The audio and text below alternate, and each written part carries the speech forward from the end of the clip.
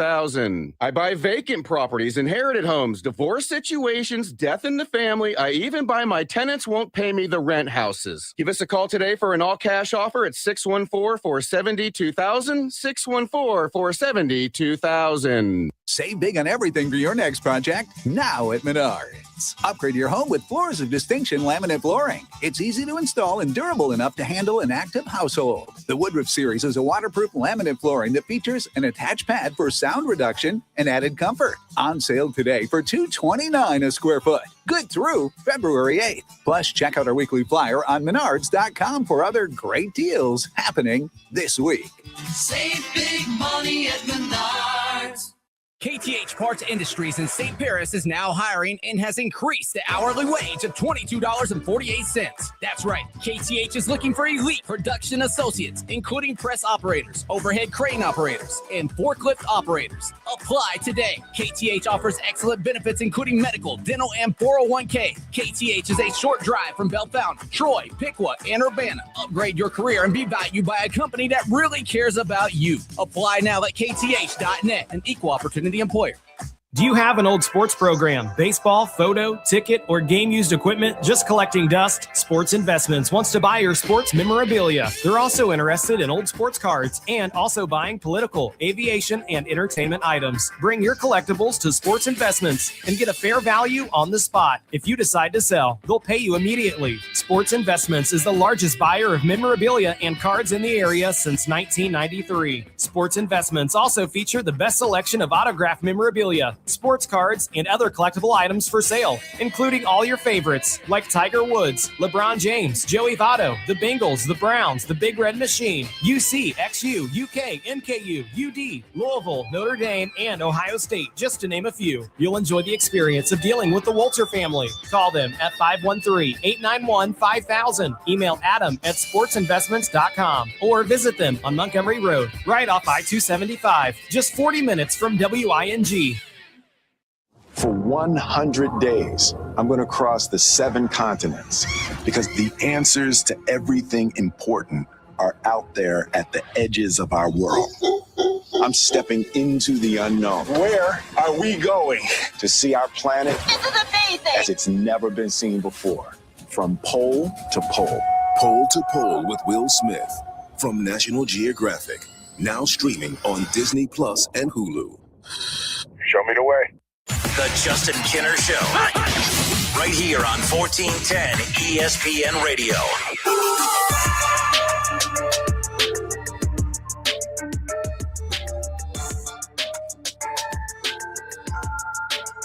All right, everybody, we welcome you in. It's the Justin Kinner Show, Dayton's ESPN Radio, 1410 Wing AM. I was going to say happy Monday. It's a Tuesday, but it's a lot of our Mondays. We were snowed in yesterday. We were not able to get into the station. We were barely able to get into the lot today, but appreciate those who came and dug us out, or at least dug enough out for us to get in. But it doesn't matter. We are off and rolling, a ton to get into. I'm Justin Kinner. Again, it's the Justin Kinner Show. 1410 ESPN Radio. Paul Frischner with the rebound rundown. We're going to talk about the Flyers, who are struggling after starting out 5-0 in A10 play and tied with St. Louis, who's having a phenomenal year, and George Mason at the top of the conference. They have lost back-to-back games on the road against 2 of the bottom teams in the conference. And it's just a repeating pattern that has kind of been a pattern for this team in the Anthony Grant era for years. So we're going to talk about that coming up around the corner.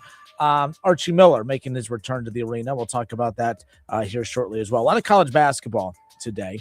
But yeah, we're going to talk some NFL because some of you not big fans of the Pro Bowl. If you didn't hate the Pro Bowl before, you probably hate it even more now. So we'll get into all of that coming up. But let's dive into it. We'll kick off the show with a couple headlines. Let's start in the NFL. It's official. Super Bowl 60 is officially set. The Seattle Seahawks, they come out of the NFC. They're going to take on the New England Patriots out of the AFC on February 8th. It's early, but the Seahawks are the early betting favorites. They're sitting as the favorites at 4.5 over the Patriots. Again, that's coming up on February 8th. No games coming up this weekend outside of the Pro Bowl, of course. But the Super Bowl coming up in just under 2 weeks from now. So, with that being said, let's stay in the NFL. How about this? The Buffalo Bills, who had been looking and searching for a head coach to replace McDermott, well, they found that replacement, and they didn't have to look very far. Earlier today, the Buffalo Bills promoted offensive coordinator Joe Brady. to head coach. Joe Brady, that name sounds familiar for a lot of you Joe Burrow fans. Joe Brady was an LSU assistant back in 2019. And, of course, he helped lead LSU, Joe Burrow and Jamar Chase and company to a national championship. The Joe Brady name has been tossed around a lot. Like when people do talk about the possibility of the Bengals ever, moving on from Zach Taylor, that was always a name that everyone was really kind of pushing for the Bengals to look at. Well, now a rival of the Bengals, Josh Allen and the Bills, we'll see if they found their next Sean McVay, their next up-and-coming young offensive coordinator, now head coach. That's who replaces McDermott over in Buffalo. Speaking of another replacement, we haven't talked about it because we weren't on the air yesterday. The Pittsburgh Steelers made it official over the weekend with the hiring of former Super Bowl winning head coach Mike McCarthy. All right, with that being said, the Browns are the only team in the AFC North right now without a head coach. Zach Taylor with the Bengals, obviously, Minter with the Ravens, and now, of course, Mike McCarthy, with the Pittsburgh Steelers. Look, and I see so many people just bearing this, saying it's such a bad hire. I'm sorry, but almost having, people were in tears about the moving on from Mike Tomlin. This is Mike Tomlin 1.5.0. I mean, I don't get it. Their winning percentage is the same. He has more playoff wins. He also has a Super Bowl, and he molds quarterbacks and has had some of the most explosive offenses year in and year out when he's in the league.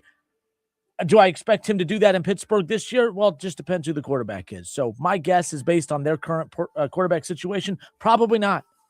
I don't see the first year going extremely well, but I do think I find the hiring of Mike McCarthy very interesting, mainly because if it goes really, really well, you could look at Mike Tomlin and say, see, because you guys don't like Mike McCarthy. So if this goes really well, you can look at Mike Tomlin and say, see, like it's the roster, it's the construction of the roster, it's just the professionalism of the franchise. Just drop a head coach in there and watch it go.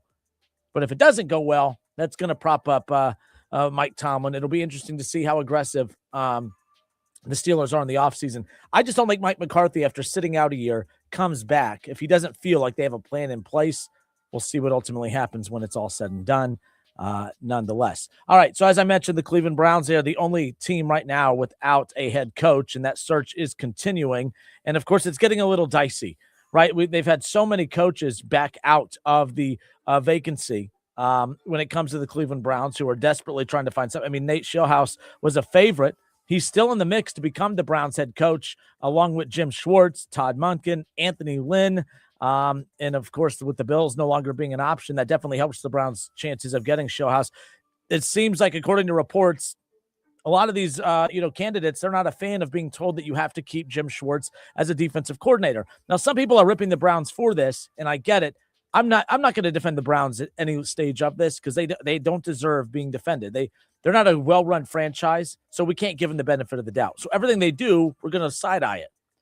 However, I do find it kind of silly that if you're Schellhouse or others who are being offered this job, he's a top 5 defensive coordinator in football. You have a top 5 defense waiting for you.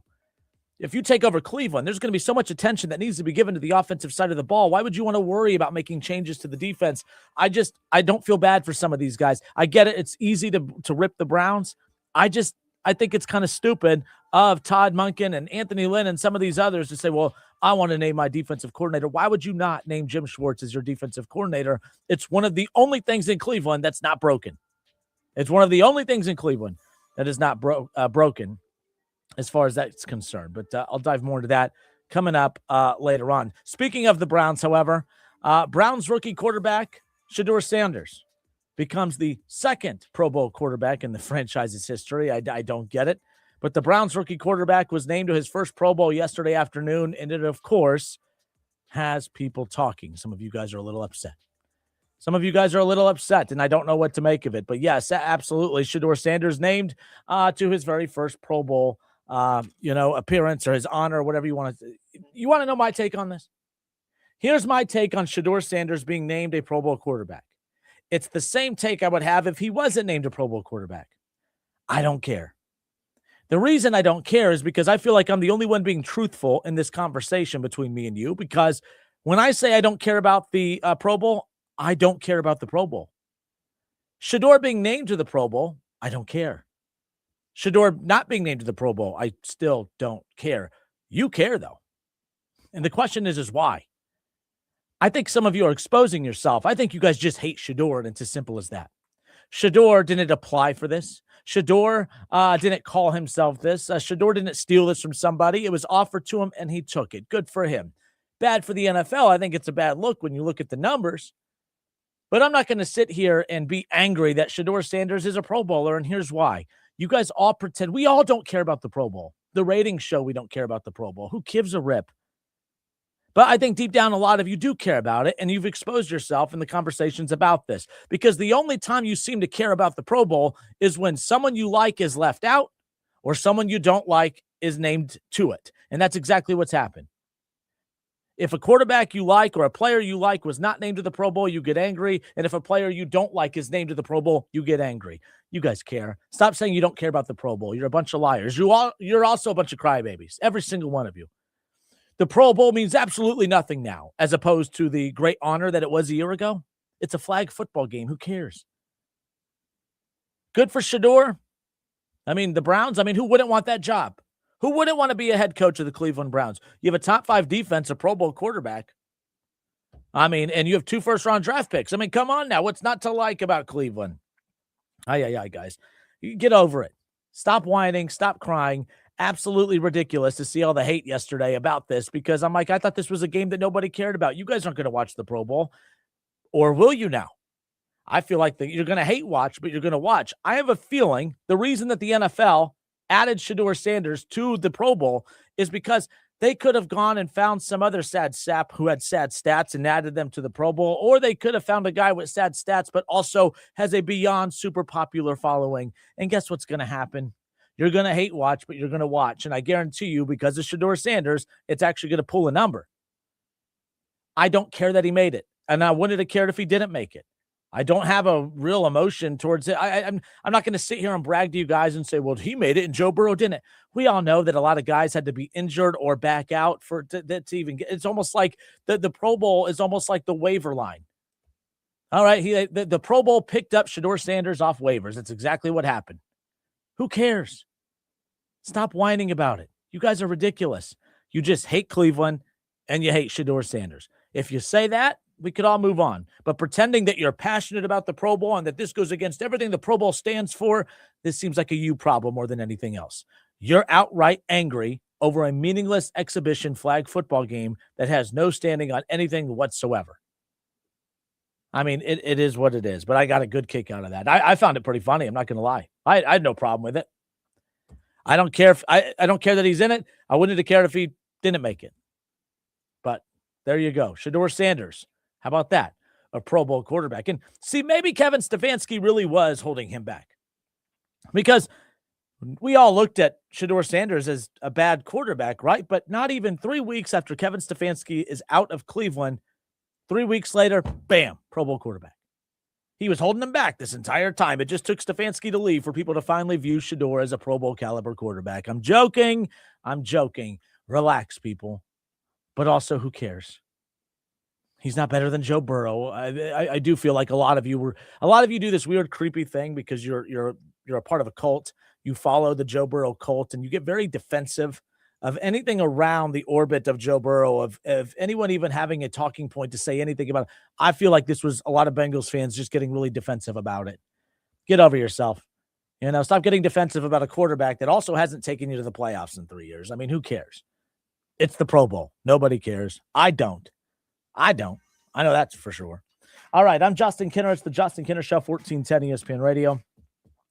Archie Miller making his return back to UD Arena. We'll talk about that coming up around the corner. Paul Frischner with the rebound rundown. We'll talk about Miami, the Red Hawks. I think they're the best story in college basketball right now. They cracked the top 25 last week, and to their credit, a couple wins since being ranked, and now they moved up. They're going to be on ESPNU later tonight with UMass in town. We'll talk about all of that with Paul Frischner coming up around the corner. We'll also talk about Wright State's win over Northern Kentucky, Dayton's recent struggles against LaSalle and St. Joe's, but they have a chance against Rhode Island to get back in the win column. We'll also talk about the Bearcats and their struggles and the Xavier Musketeers. We'll get to all of that coming up. It's the Justin Kinner Show, Dayton's ESPN Radio, 1410 Wing AM.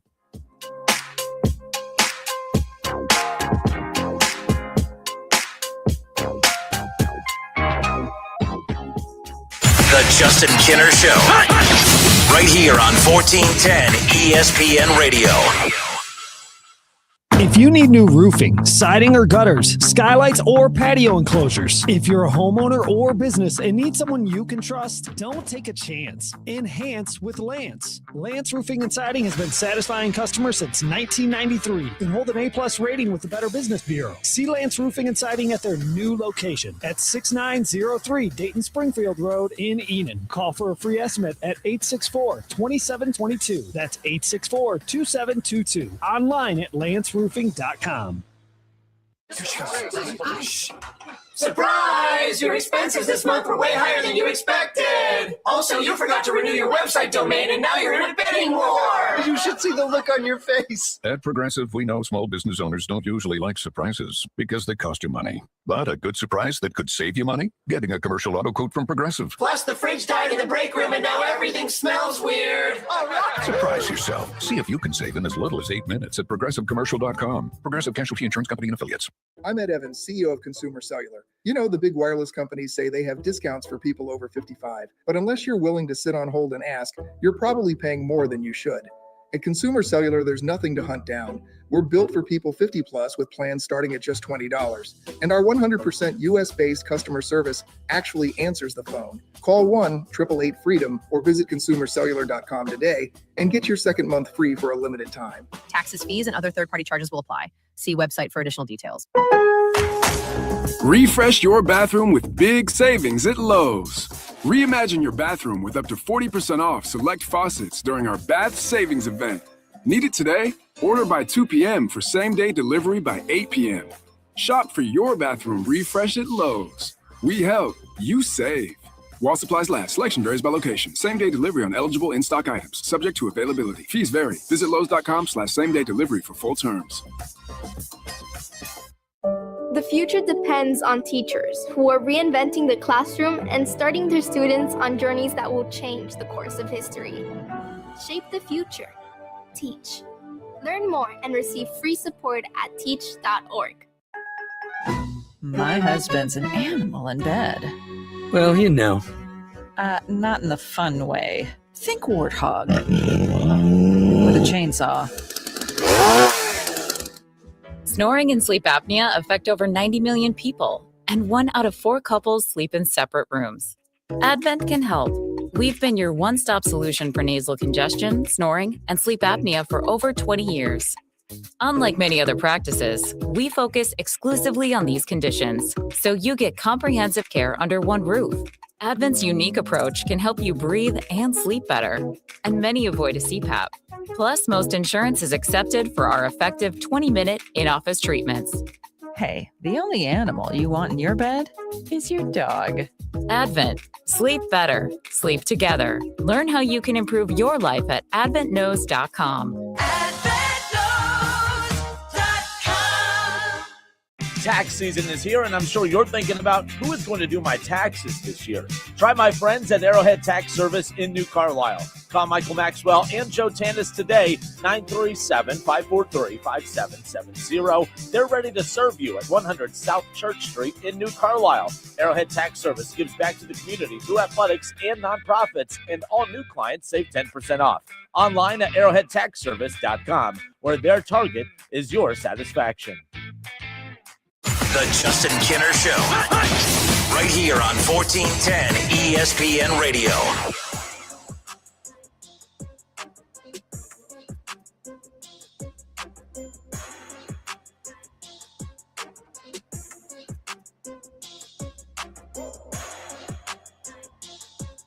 The Justin Kinner Show, Dayton's ESPN Radio, 1410 Wing AM. We welcome you back. Happy Tuesday, my Monday. How many of you, I'm sure pretty much everyone was stuck at home yesterday, unless you had to be out. But nonetheless, glad you're hanging out with us here today on this Tuesday. Got a lot of college basketball to get into coming up here around the corner. But yes, I was very disappointed not to be on the air yesterday, especially when the news came out that Shedeur Sanders was named to his very first Pro Bowl. And of course, people freaking out, overreacting to it as usual. I don't think any Browns fan is actually bragging about Shedeur making the Pro Bowl. Let's just be honest. But it was announced yesterday, the Cleveland Browns quarterback Shedeur Sanders is being added to the Pro Bowl games roster. The team confirmed on Tuesday Sanders will replace Drake May, who, of course, has helped lead the New England Patriots advance to Super Bowl 60. Now, Shedeur Sanders he puts out a statement regarding this, saying, "Thank you, God. I'm beyond excited and extremely grateful for all of the love and support from the coaches, players, and fans. Can you believe this arrogant guy? This wouldn't be possible without the support behind me. Still plenty of work to do." What a bum. Can you believe the words he just said? I mean, I can't believe he's happy. I mean, the amount of anger, and I'm joking, by the way, in case that's not made clear, the amount of anger, like, you guys are angry about this. Why? You guys are some sad people if this actually angered you. Like, the hate that was coming out on social media yesterday was just so pathetic. And if you're one of those, you're pathetic. I mean, who cares? I agree with the Pro Bowl doesn't matter. I agree with you. So why are you so upset? If the Pro Bowl doesn't matter, why are you so angry? Because I think it kind of does matter. It's kind of like lists. When we get, now that football's about to wrap up and, once baseball kind of gets underway and the Reds have disappointed us by the end of April, it's going to become list season. And then, people say lists are stupid. The Mount Rushmore conversation is stupid. People say the MJ LeBron discussion is stupid and it's overdone. And a lot of radio shows, including this one, have retired that topic. They don't really touch on it. But the bottom line is, it's not dumb. People care because it gets a reaction. If you have an emotion, if you have an emotion that is tied to something, you clearly care about it. But I opened up the show when this was mentioned. I said, hey, I have the same emotion about him making it that I do with him not making it, is I don't care. I really don't think it's that big a deal. If he wouldn't have made it, okay, yeah, duh. Him making it, I think, gets people's attention because Shedeur Sanders did not have a Pro Bowl caliber season. I completely understand that. He was the 144th pick in the draft, for goodness sakes. He only completed 56% of his passes. He only threw for 1,400 yards and 7 touchdowns. He also threw way more interceptions and touchdowns. I get it. He only ran for 169 yards and 1 touchdown on 21 carries in 7 games. None of that is that impressive. I mean, the fact that the Cleveland Browns went 3-4, since he made the start, that's impressive. The Browns didn't start winning football games until he became the starter, but as I've been saying all season, if the Browns they could run the football, they have a top 5 defense. They didn't need great or even good quarterback play. They just needed someone to go out there and move the ball. That's what he did. That's why they went 3-4. But even with all of that, that's not why he made the Pro Bowl. Okay, here's a list of some of the quarterbacks that were part of the original roster before it got to him. Okay, Drake May, who of course has led the Patriots to the Super Bowl. Justin Herbert and Josh Allen were on the original AFC roster when the selections were announced back on December 23rd. Herbert and Allen, they've been dealing with injuries, towards the end of that season. So that's one reason why they're sitting out, is due to injuries. Other AFC quarterbacks, including Patrick Mahomes, Daniel Jones, Bo Nix, all suffered season-ending injuries. They're out of the equation as well. Trevor Lawrence was one of the top alternates, but Trevor Lawrence opted not to play in the event. So that left Shedeur Sanders. Now, I don't know why they didn't ask your golden boy Joe Burrow over in Cincinnati. But maybe it has something to do with they just haven't been impressed with the quarterback that hasn't been able to lead his team to the playoffs in 3 years. I don't know. But the bottom line is Sanders not selected as one of the 4 alternate selections at quarterback when the rosters were first announced. We know this. A lot of you are working very hard. He's a replacement. He's an alternate. He's not an actual. 20 years from now, Shedeur Sanders is still, when he's doing autograph signings and doing his thing, it's going to say Pro Bowl quarterback. We can mock it. We can laugh at it. Good for him. Who cares? Are you going to watch? I guarantee you weren't going to watch. I bet you there's part of you that's going to watch now. And I think that's what this is, by the way. I think Shedeur Sanders is must-watch TV. I think he's the most polarizing quarterback in the National Football League. In fact, I think he's the most polarizing quarterback since Tim Tebow. Because Tim Tebow had a very similar, reaction to him. Like, there's so many people that just said he cannot play. This is ridiculous. He can't play football. And people are doing the same thing about Shedeur, but my goodness, you watched. And I think the NFL knows that the Pro Bowl is bad. I think they know that nobody cares. And they agree. When you say the Pro Bowl is horrible and that nobody cares, the NFL is saying we agree with you. So what is the one guy that we could throw into the mix that is going to get people talking and get people watching? I forgot all about the dang Pro Bowl, to be honest with you. And now that Shedeur is in it, I'm going to watch now. I'm talking about it now. The NFL got what it wanted. Shedeur Sanders is doing his job. He's a polarizing quarterback. Just his name alone sparks a reaction. His name alone being tied to the Pro Bowl is going to get people talking and get people watching. You're going to watch. I'm going to watch. You're going to say you're not going to watch, and you're a liar. You're going to watch a little bit of it. You're going to wait for him to overthrow somebody or make a stupid decision or play or whatever the heck you do in these Pro Bowl games. I don't know. And then you're going to make fun of him on social media. And then if he's really, really good, you're going to say, oh my gosh, it's just a flag football game. Who cares? And I'll agree with you. But this is more of a you problem than anything else. Who cares?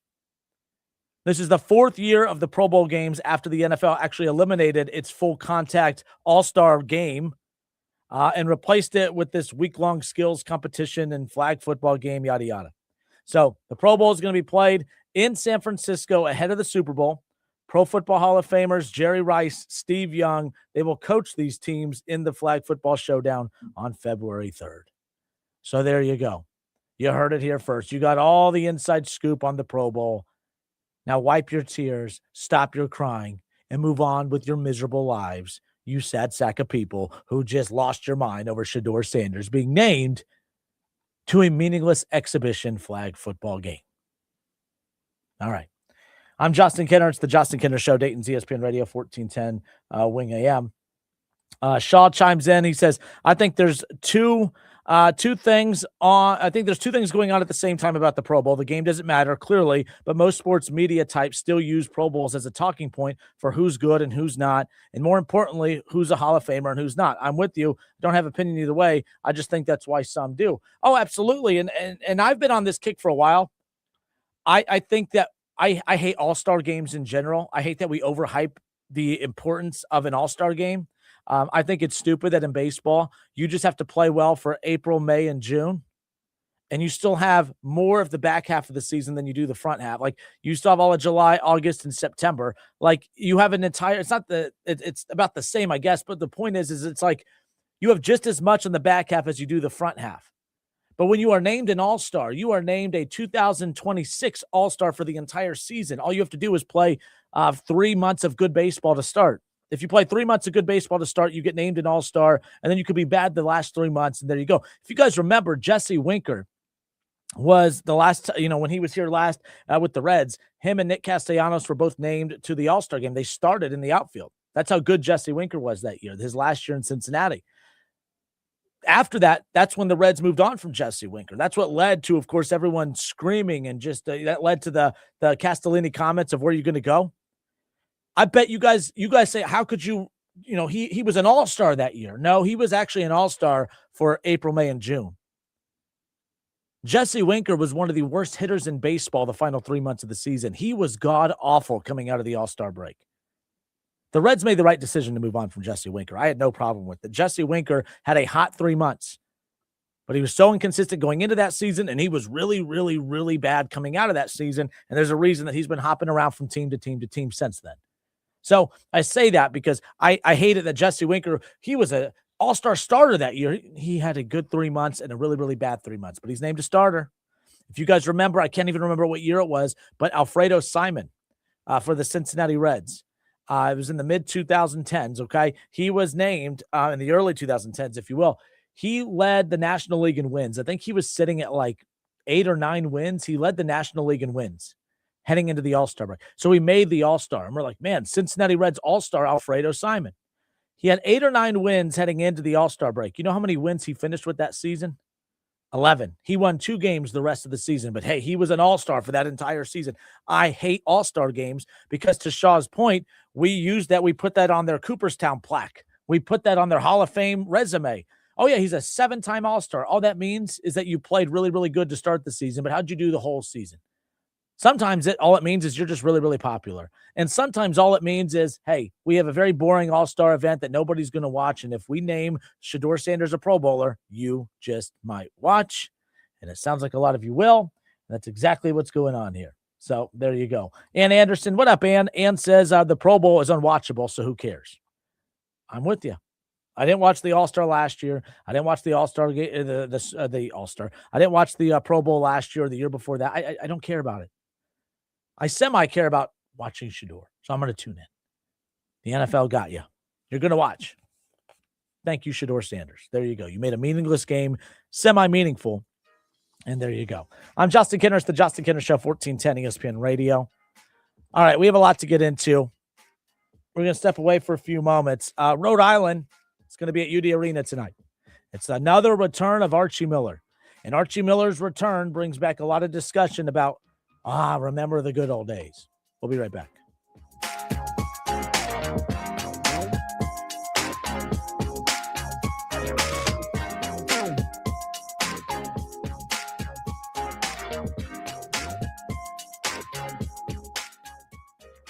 The Justin Kinner Show. Right here on 1410 ESPN Radio. $5,000 sign-on bonus. That's right. My friends at Cordell Transportation are now hiring experienced Class A CDL drivers with excellent work history. If that's you, apply now. Cordell Transportation offers home daily dedicated lanes, no-touch freight, and brand new equipment, plus a $5,000 sign-on bonus paid over 18 months, paid orientation, and company 401k with company match. Apply online at CordellTransportation.com. Cordell Transportation, driven to succeed.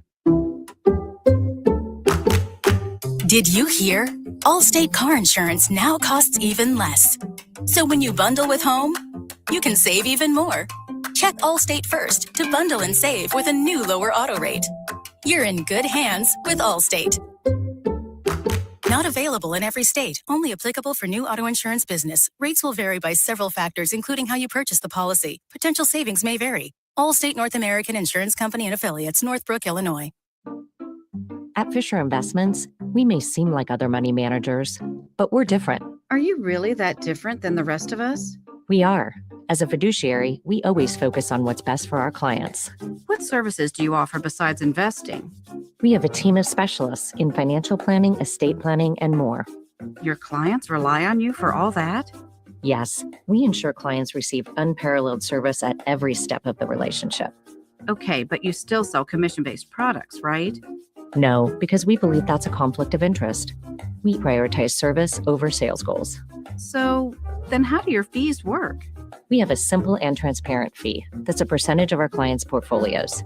So we do better when our clients do better. Wow, we're more different than I thought. At Fisher Investments, we're clearly different. Learn more at FisherInvestments.com. Investing in securities involves the risk of loss.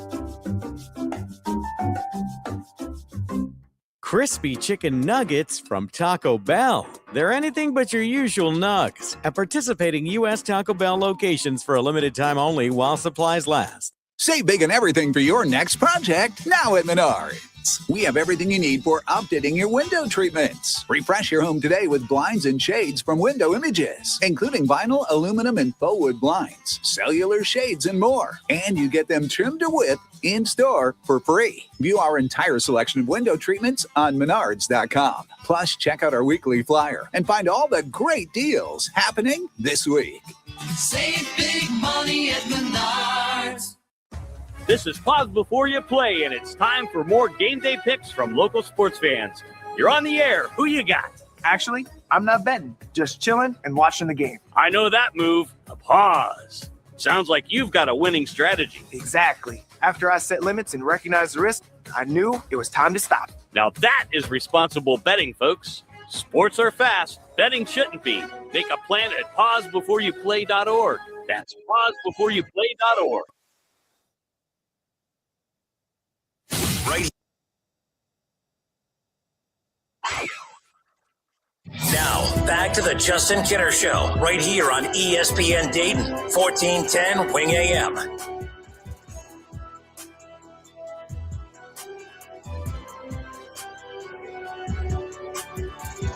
All right, and we are back. It's the Justin Kinner Show, Dayton's ESPN Radio, 1410 Wing AM. Busy night in the A-10 tonight, including for your Dayton Flyers. Dayton back at home after two horrific losses. To lose at LaSalle, I could forgive a bad loss. You're not going to be perfect every single night, but Dayton might be real in a bit. They've lost back-to-back games on the road against two of the bottom teams in the conference. Now, look, I'll say this. You know, I say bottom teams. Say Joe's, they're 12-8, they're 4-3, right? Like that. It's not the worst loss in the world, but like this is coming off of stretches where they're barely beating bad teams. I mean, Loyola, I know they kind of beat them up at home, but it was a close game in the first half. They had to edge out a win at Loyola a few weeks ago. Dayton has just been kind of flirting with fire a little bit. Talked about it with Paul Frischner, who, by the way, is joining us in 20 minutes. Paul Frischner with the Rebound Rundown. We'll talk more about Dayton and their recent struggles coming up here in a moment. But, yeah, tonight, though, they look to get back on track. Rhode Island in town. Rhode Island 12-8. 3-4, the Fighting Archie Millers. Dayton 14-6, and they're 5-2 in A10 play. This is after starting out 5-0 in A10 play. I mean, it was George Mason who got to that 6-0 mark, and then you have St. Louis who's having. I mean, arguably you could argue that St. Louis, the season that they're having right now, they're 19-1, 7-0 in A10 play. You can argue that this is the best A10 team since that 2020 Dayton Flyers team. Okay, this I think is the most explosive and the best A10 team we've seen since that 2020 Dayton Flyers season. Now they're 19-1, and they're only 19-1. They're only sitting, at number 21 in the country. I mean, they're only a few spots ahead of the Red Hawks out of the MAC, which we'll also talk about that with Paul Freshner coming up here in a bit. But, very similar, when you look at St. Louis, you look at the Red Hawks, one thing that's similar about them, they haven't played anybody. You look at their non-con, there's no premier win in their non-conference schedule. So no one was, you were kind of looking at them a little side-eye. Their only loss came against Stanford, 78-77. I mean, their only loss is a 1-point loss against Stanford earlier in the season. Outside of that, they've been putting up 190 points, 90 points, 100 points left and right. They're coming off of a 97-62 win against St. Bonaventure, right? Like they beat St. Joe's, who just beat Dayton, by the way. They beat St. Joseph's 102-79 when they played them, earlier in the month. But tonight, Dayton, we get to see Archie Miller make his return to UD Arena. And it's always interesting because I think right now it's easy to say that the Archie Miller era was better than this era. For many, many years, it was one of those very interesting things where which era would you prefer?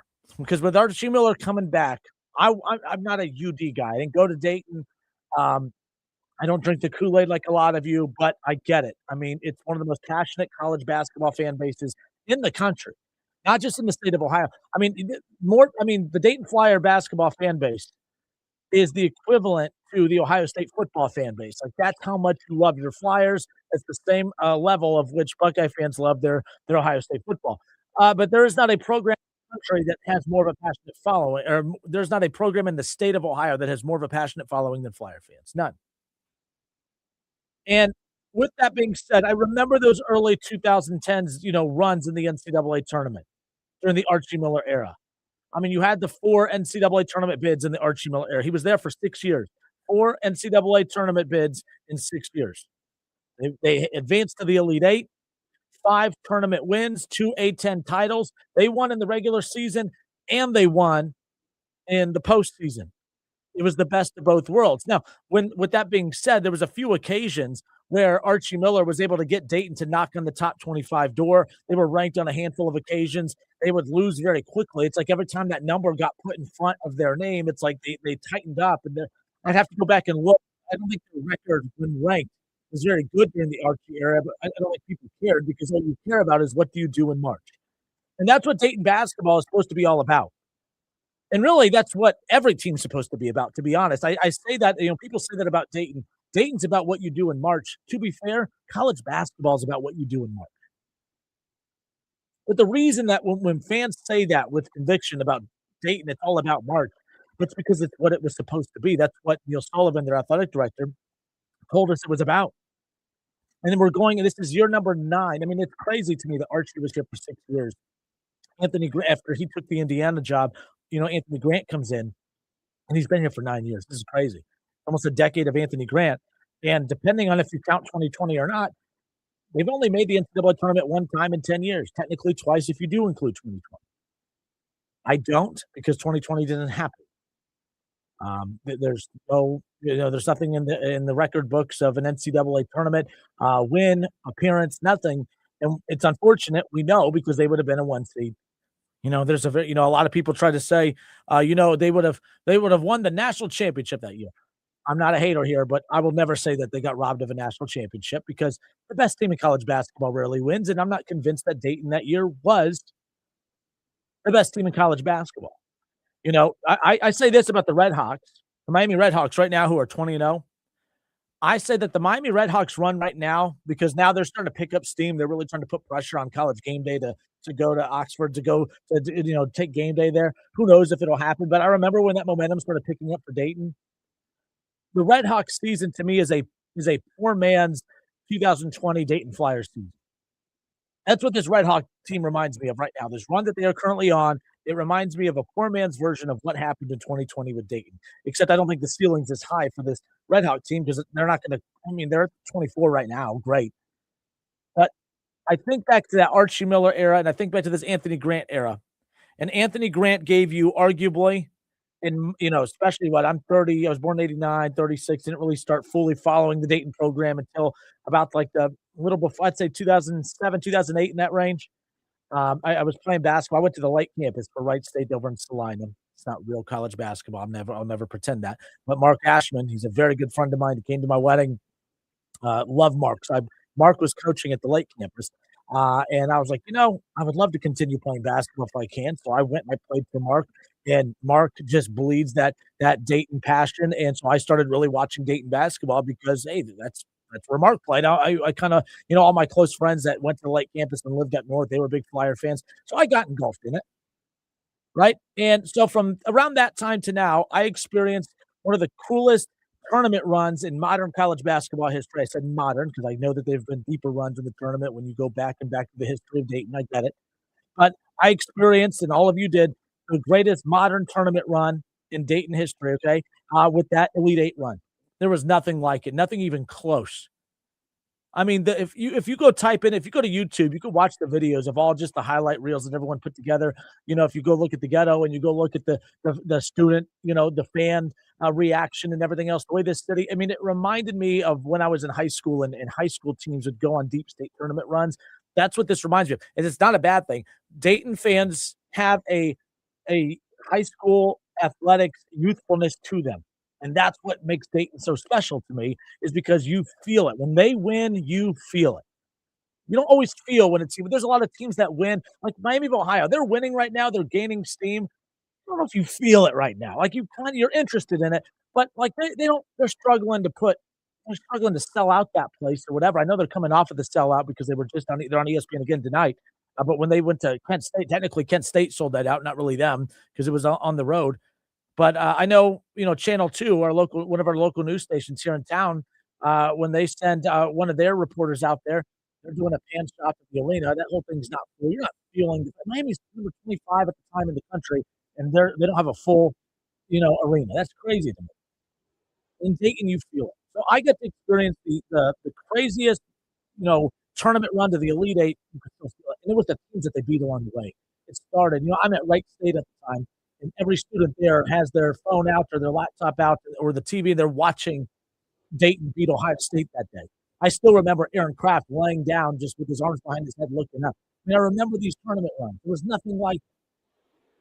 And then there's that was the tournament. It was never I don't think there was ever a regular season that was as special as what the Flyers experienced in 2020. So you have Archie Miller, who for most of us, it was the most passionate season when it came to the NCAA tournament. And then you have 2020, where Anthony Grant gave you the most passionate regular season.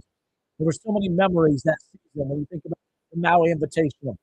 You think about Obi's just, ascending rise to the National Player of the Year. Obviously Anthony Grant gets National Coach of the Year. Dayton's going to be a 1 seed. They were ranked number 3 in the country. You have College Game Day that came to town, and then that same night that they had College Game Day in town, they go on.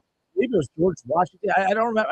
It was a bad team, whoever it was, and they pounced them, and they got to win the 8th. They won the regular season on their home floor. It was special. It was the greatest regular season in my lifetime, and then there was, of course, the greatest tournament run in my fandom time, if you will, following Dayton with that Archie Miller team. There was nothing like it. But which era would you prefer? It's all about March. And I think it's very cool what Anthony Grant did in 2020. But Anthony Grant's been here for 9 years, and there's one time where this team reached peak marketability. One time. Every year, 4 to 6 years, Dayton was in the NCAA tournament. They were winning the A-10. They were winning tournament games. They were getting to the Elite Eight. They were getting to the round of 32 and the Sweet 16. They were beating good, big, high major teams. It was everything.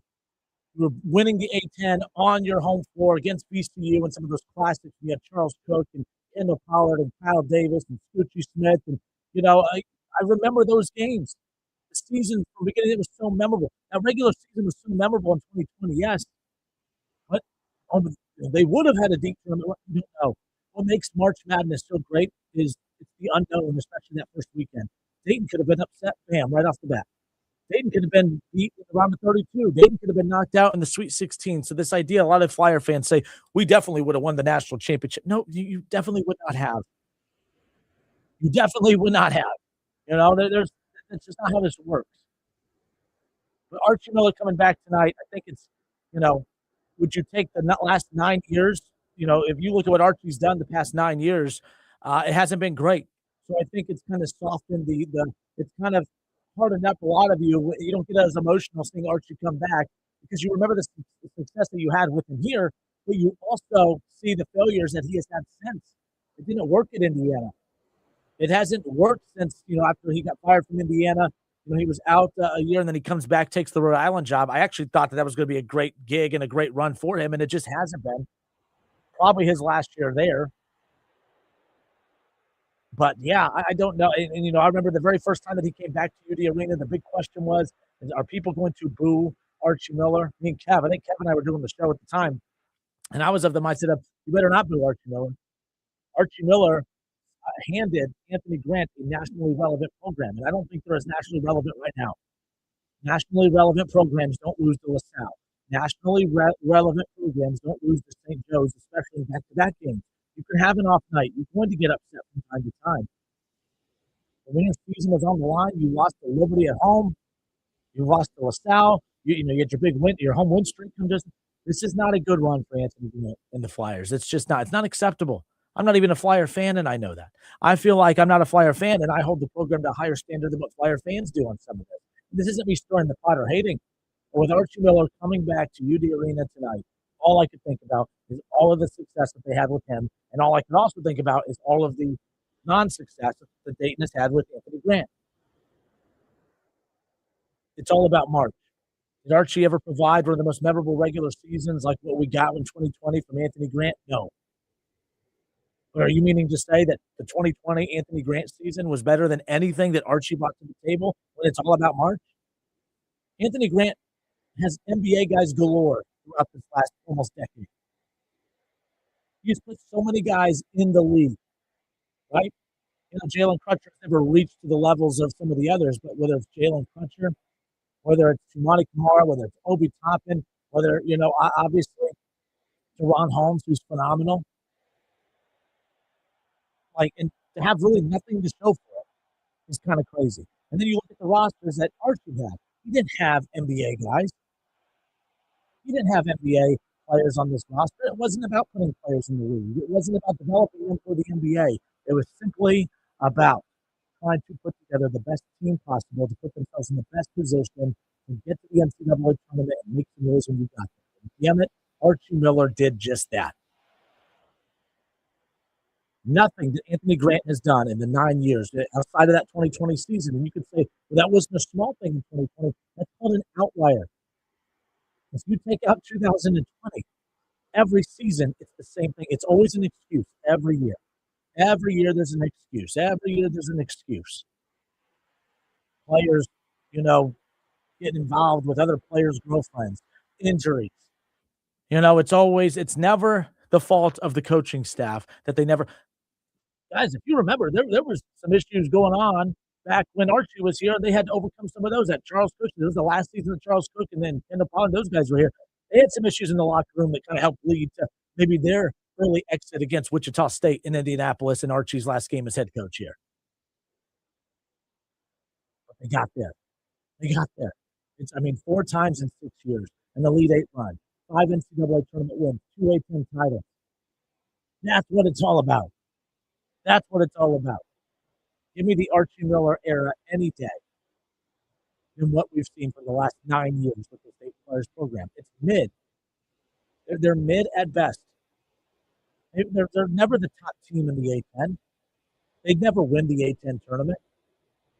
They're probably, you can argue, during the Anthony Grant era, they're consistently the most talented team in the A10 more times than not. I think that's what makes it worse. I think the biggest accomplishment of Anthony Grant in the 9 years as head coach of the Flyers is all the NBA talent. But I think what's also your biggest accomplishment is the biggest glaring flaw is, wow, that's a lot of NBA talent, and you couldn't win with in the A10? What are you talking about? He has he 500 pretty much every year. That's great. It's not about that. It's about, and hear me out. I'm crazy. College basketball, it's all about the NCAA tournament, and they're just not getting it done. And losing to LaSalle, losing to St. Joe's is just unacceptable. It just is. And it's mainly unacceptable, too, when you were playing your way back into the bubble. You were playing your way back into the conversation. Now the door's shut. There's no at-large opportunity. Now you have to do something they haven't done in 30-plus years. Not going to happen. Not going to happen. 9 years of Anthony Grant, 2 NCAA tournament appearances, technically 1. And to me, they're welcoming in a guy tonight that might be fired after this season. But to me, he brought a much better era of basketball to date than the current coach right now. And some of you will not hear any of it. It's you follow Anthony Grant, you think he could do no wrong.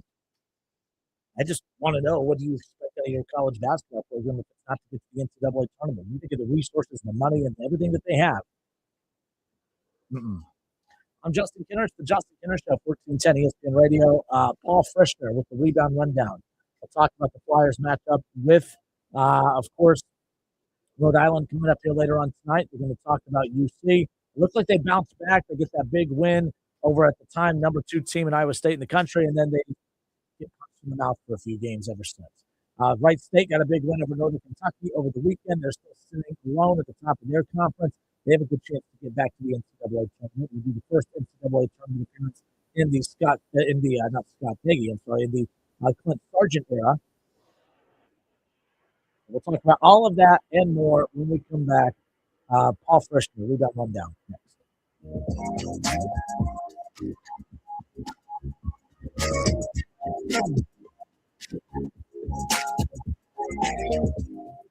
The Justin Kinner Show.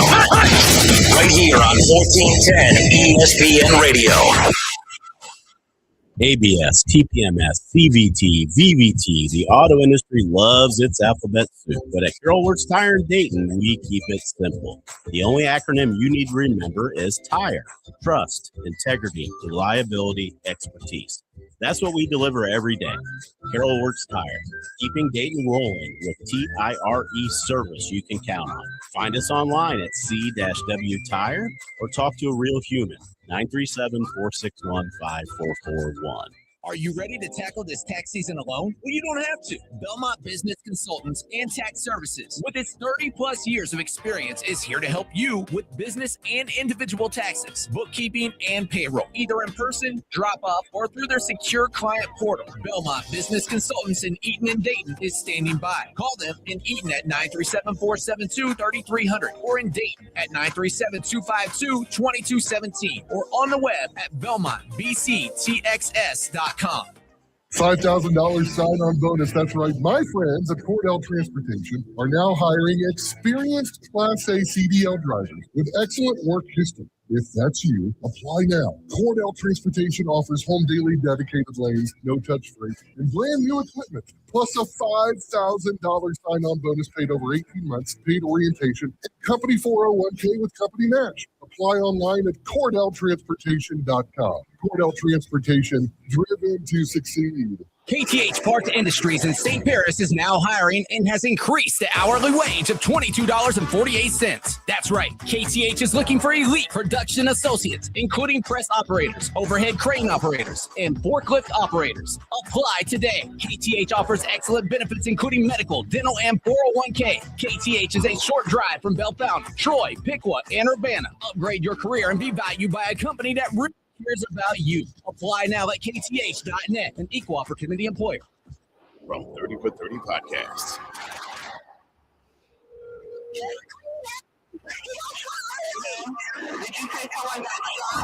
Ryan Pata, senior defensive lineman from Miami, gunned down. Key to this case, it's Brian. An hour before he died, he was on the phone arguing with somebody. This might be a hit. You want the truth. They just want a conviction for placing the arrest. We had a killer amongst us. Murder at the U, coming soon. We all hear the radio ads about the IRS. They tell you to be afraid, to be scared, and they try to frighten you into calling. I'm not here to do that. Tax Relief Advocates is different. TRA is here to tell you that if you owe money to the IRS, whether it's $5,000, $50,000, or $500,000, we have a solution. It doesn't matter if you're sitting in your car, at work, or with your kids. No matter where you are, call now. 800-497-0593. Don't lose hope. TRA can eliminate or reduce what you owe to the IRS. Generous programs are now available that can give you a fresh start. Our passion is taxes and helping individuals fix their IRS problems. We have over 1,000 five-star reviews on Google and an A+ with the Better Business Bureau. You don't need to be afraid of the IRS any longer. End your tax nightmare today by visiting us online at TRA.com or call 800-497-0593. That's 800-497-0593. Tax Relief Advocates. Real solutions for real people. Planning to buy a home in 2026? Not sure where to start? The Ohio Housing Finance Agency can help. With a step-by-step homebuyer's guide and financial tools, the Ohio Housing Finance Agency can make homeownership part of your future. Eligible homebuyers may qualify for down payment assistance and reduced mortgage interest rates. To see if you qualify and to find a mortgage lender, visit myohiohome.org. Again, that's myohiohome.org. Homeownership. Make it part of your future. Sponsored by the Ohio Housing Finance Agency, aired by the Ohio Association of Broadcasters and this station. Jake from State Farm. I just beat my running PR, so I'm celebrating with the Banana Bonanza smoothie. Hey, and you can keep celebrating when you create an affordable price just for you by bundling your home and auto with the State Farm Personal Price Plan. Go bananas. Justin Kinner Show. Right here on 1410 ESPN Radio.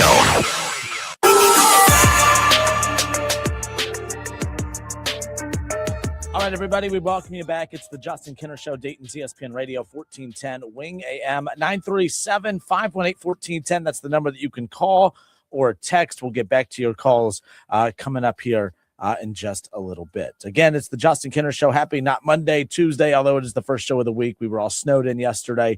Had to fight like hell to get back in the station today. I mean, the city did a great job of keeping the roads clear, but they kind of piled up large mounds of snow in front of the entrance. So we had to fight like hell to get in today, but we're off and rolling. I couldn't miss 2 days, especially today, because we always talk a lot of college basketball on this show, of course, and we're going to continue on. Let's bring on Paul Frischner with the rebound rundown. Paul's giving us some time today. Paul, welcome in. Like we said, you survived Snowmageddon. That's all that matters. That's right. That's right. And yeah, a lot of good hoops to talk about. Love that these games are getting played. I know the weekend was kind of crazy with everything getting moved around, but here we are.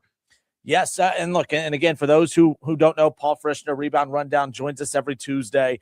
UC, Xavier, of course, we talk Dayton, Wright State, anything that's happening big in college hoops, we got it covered for you here every Tuesday, and we'll tell you more about the Rebound Rundown again when we close it out. But, Paul, let's start with UC. Let's start with the Bearcats, because last week, we were talking about the fact that, man, we would never be surprised if all of a sudden this team just woke up, because the whole reason that everyone's kind of down on Wes Miller is because we know he has the talent. The talent is not the issue at this point. They just haven't been able to put it all together. Then they get that big win against Iowa State, 79-70, but they followed it up with a couple of losses since then. They just haven't been able to build on that momentum. It seems to be a lot more of the same. Yeah, and that's the frustrating part for Cincinnati fans, Justin, is that it's always been one step forward, 2 steps back with them. And now you're looking at a situation where you lose to Arizona State over the weekend. Arizona State was pretty much the worst team in the Big 12 going into this game. They were at a point where Bobby Hurley had basically called Arizona State uncoachable on Wednesday before this game. Arizona State had lost on Wednesday, and then he was doing his rant in his post-game press conference, basically calling them uncoachable, and he couldn't get through to them, and he didn't know what to say, and it looked like he was just throwing his hands up. Bobby Hurley's in the last year of his contract, and it was almost like, Justin, he was just throwing his hands up and saying, I know I'm in the last year of my contract. I know we stink. I'm just riding it out here through the rest of the season. And so you're thinking, if you're UC, all right, you won a couple of games the week before. Yeah, you lost at Arizona, but honestly, the final score of that game wasn't, in my opinion, totally indicative of how the game went. They were very competitive for the first half, and then Arizona in the second half showed why they were the number 1 team in the country. And you go a little bit north to Phoenix, and you play Arizona State, and it just was a nightmare. Baba Miller was great, but Kerr Kriisa, basically no-show. Sean Abayev, no-show. Day Thomas, not much there. Jalen Celestine, yeah, all right, got a little bit, but this is a Cincinnati team that, to me, bottomed out over the weekend against Arizona State. I know it's a road game. I know it's your second road game in a row. You've been on the road a little while, but that's a tough one to swallow, Justin.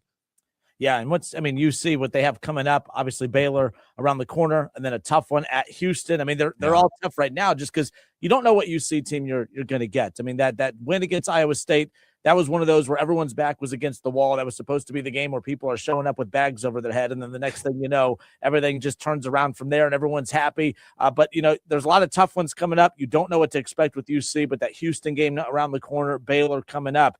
I mean, does this get a lot worse before it ever gets better? How do you see this next week or 2 weeks kind of rolling out, if you will, for the Bearcats? Yeah, I don't know if worse to me is the best way to put it, only because I think we all know what's going on here, right? I mean, we all know Wes Miller, if you listen to his post-game press conferences or post-game radio hits with Dan Horde and Terry Nelson, he just sounds like a downtrodden coach right now who understands the situation and knows that he's in a tough spot. This is probably the end of the road for him at Cincinnati. And because of that, I don't know, they might lose a lot of these games down the stretch, but at this point, they're not going to make the NCAA tournament.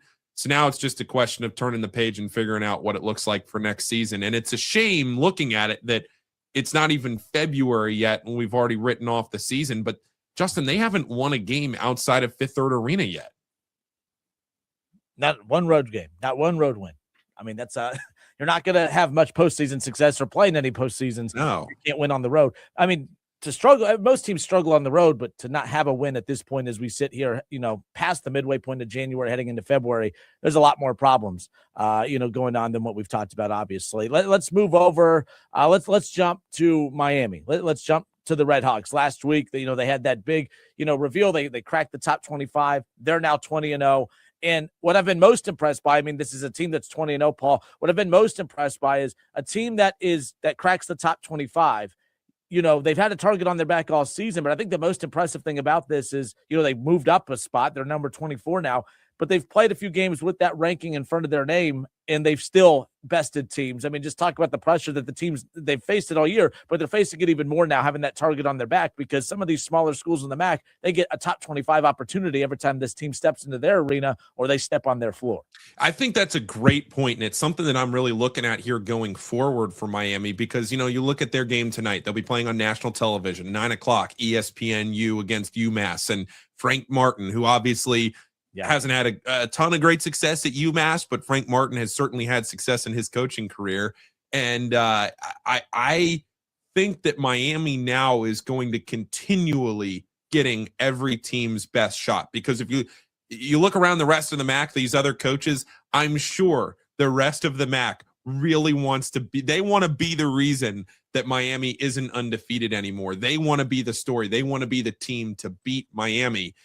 So if you're Miami, every single game you're going to get that other team's best shot.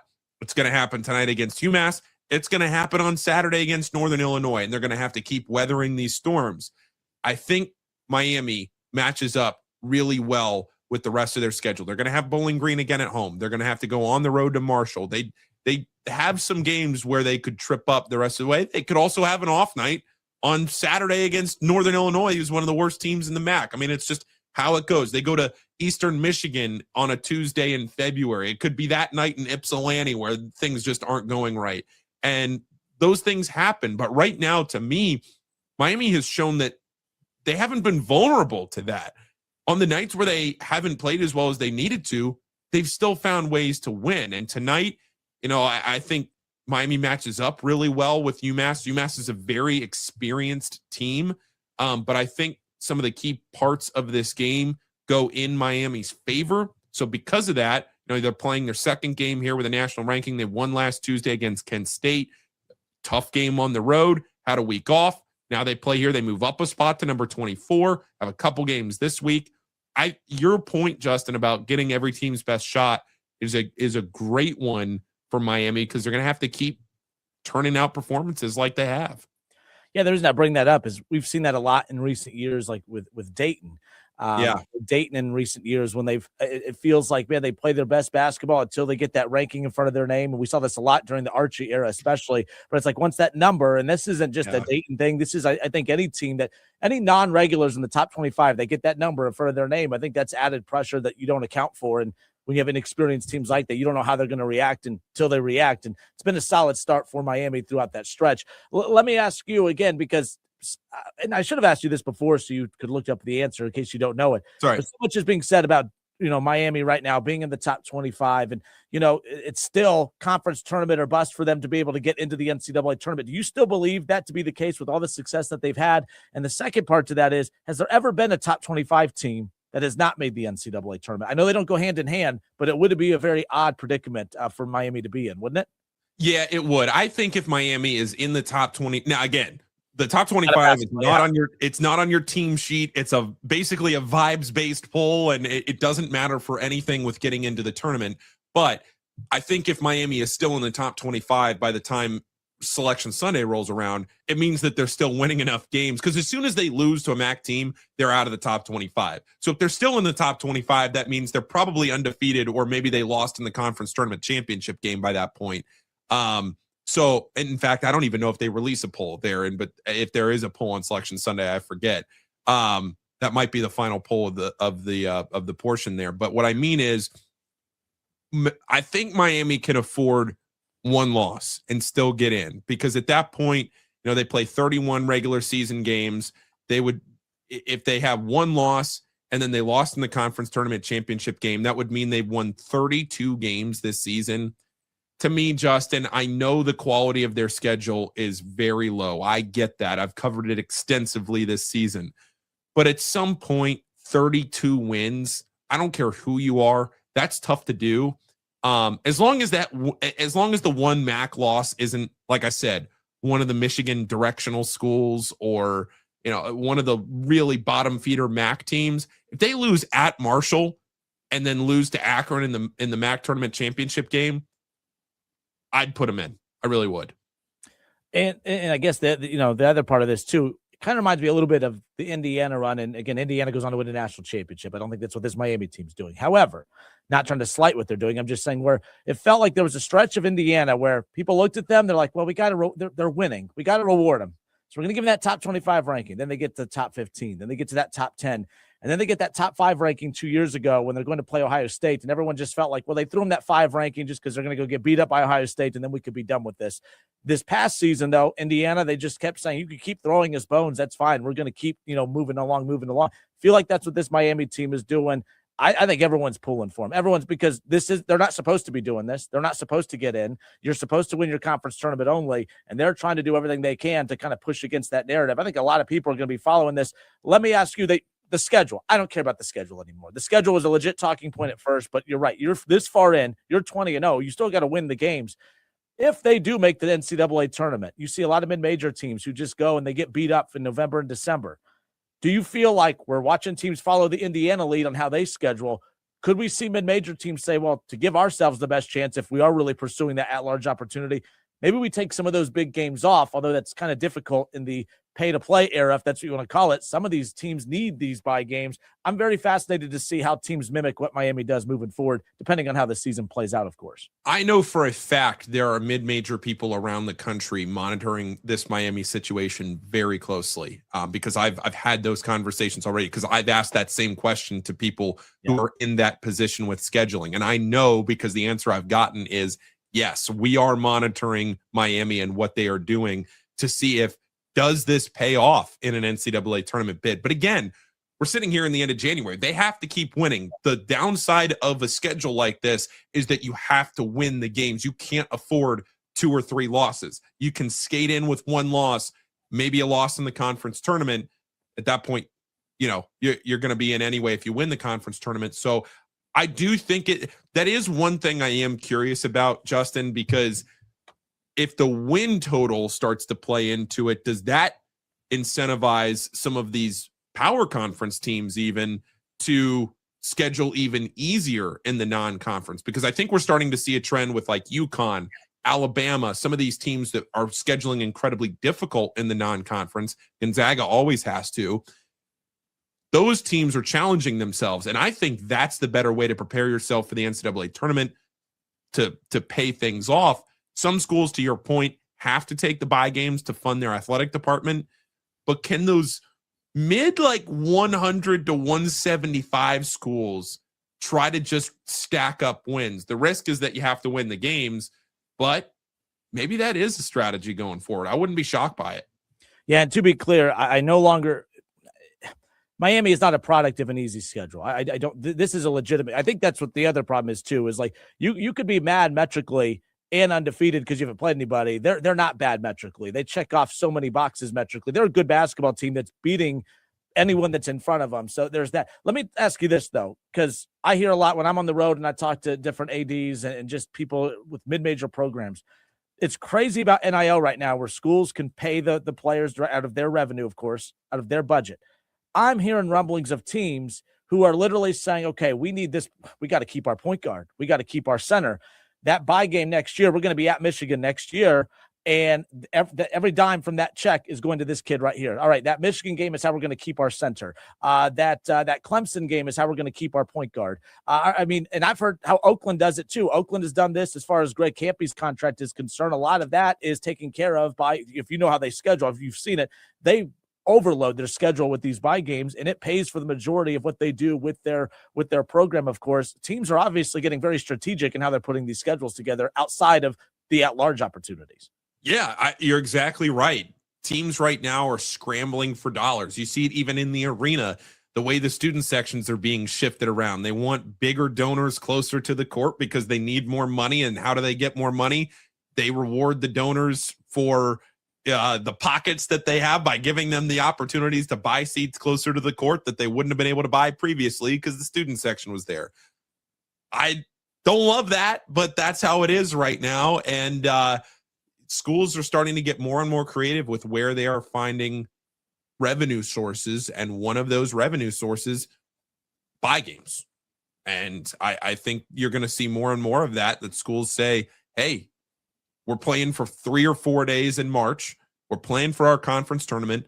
We don't care what happens in November and December because we know that it's a one-bid league anyway.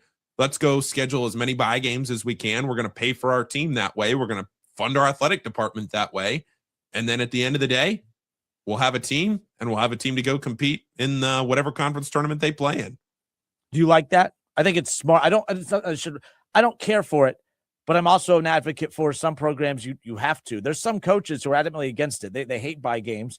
Wright State's former coach and Scott Nagy, he was adamantly against it. He was ticked off when the league said that you have to do it. And he was just like, well, I see other teams in the conference not doing it. I'm just not doing it. Now, he wasn't around the next year to see if he was actually going to follow that or not. But there are some coaches who are very stubborn when it comes to that. But I see that as easy money coming in that I don't know why you wouldn't, I guess. Yeah, and some conferences, to your point, some conferences have to. They have to. I mean, I remember, I think it was Texas Southern a few years ago that did a tour basically of the Southern United States and didn't play a home game until January. You hear these stories all the time of schools like that, go on the road and might play one home game in the non-conference because they need to. Like Coppin State was another example. They need to fund their athletic department through bye games. Yep. So if that money turns into revenue sources for NIL, so be it. Good for them. Yeah, I've heard that as well. And they look at the numbers and they say, well, we don't have any home games. We have to have home games for our season ticket holders. And like, well, we actually lose money playing home games versus giving up bye games. And exactly. It's a very weird situation. We only have a little bit left. I want to make sure we get this in.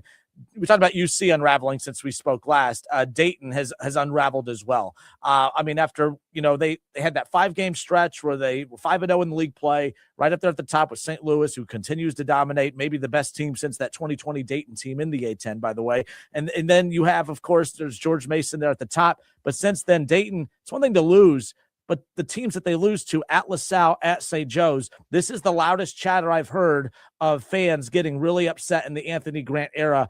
I'm not calling you an outsider, but you cover this team from the outside looking in.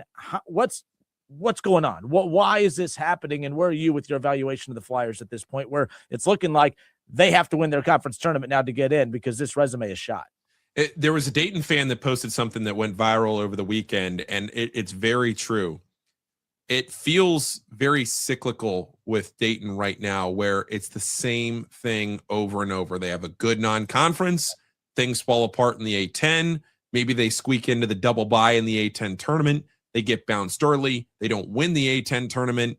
Then they go into the NIT or whatever it is, and they can't play at home in the NIT because the first four is there, and then the season ends in the first or second round of the NIT. And that's happened multiple times in the last 5 or 6 years. Dayton's a better program than that. This is a good program in the A10, an elite program in the A10 with the funding and the resources to back it up.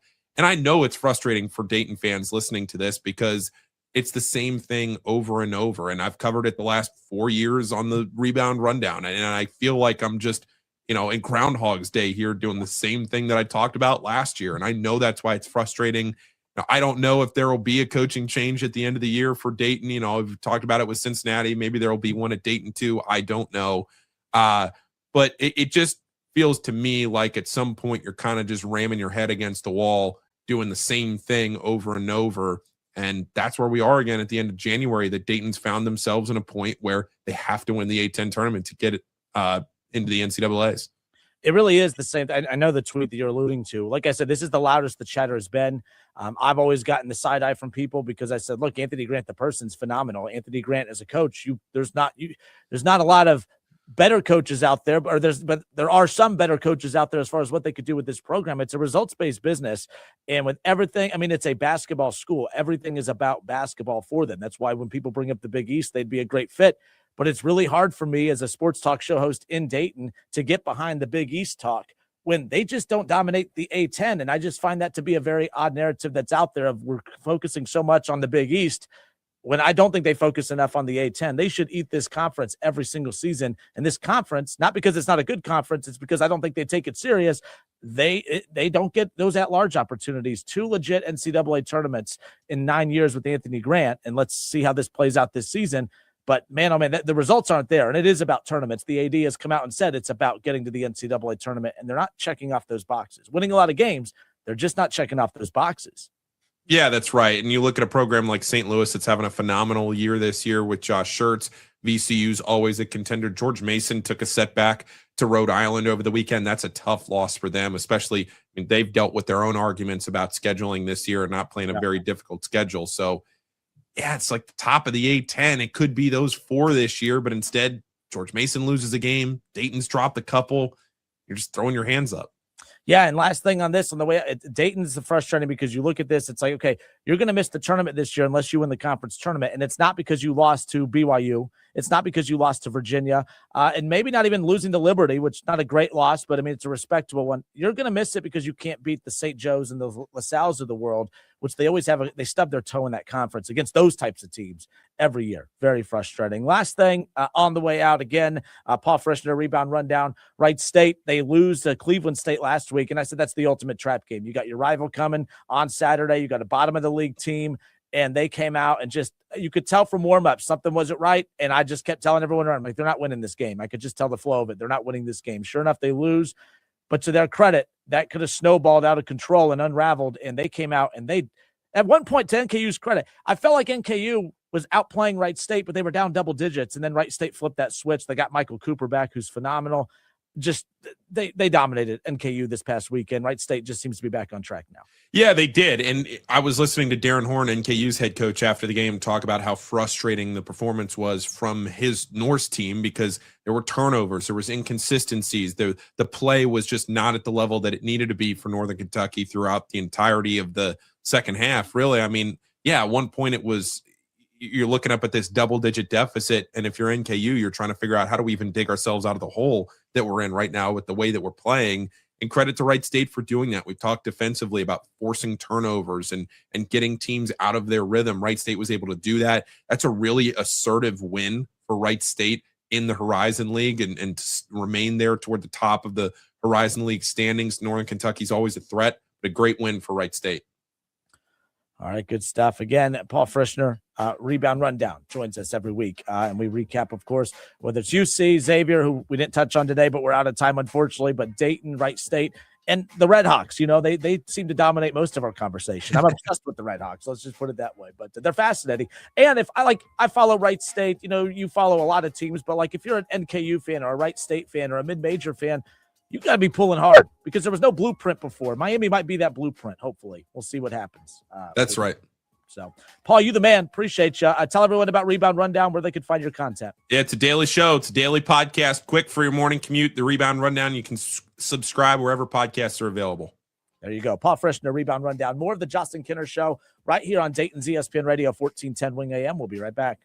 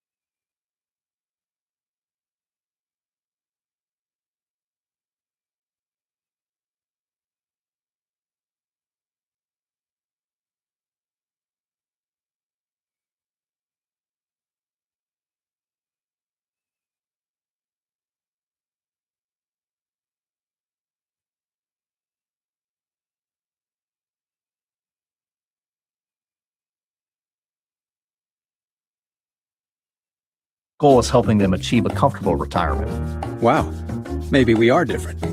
At Fisher Investments, we're clearly different. Learn more at FisherInvestments.com. Investing in securities involves the risk of loss. The Justin Kinner Show. Right here on 1410 ESPN Radio.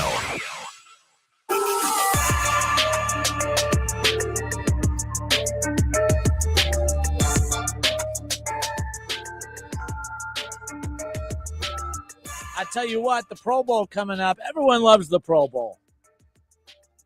Everybody loves the Pro Bowl. We can't wait to, get the family together, invite friends over, grill a bunch of burgers, right? Order some pizza, maybe get some wings. We're all going to sit around the TV and watch the Pro Bowl games, right?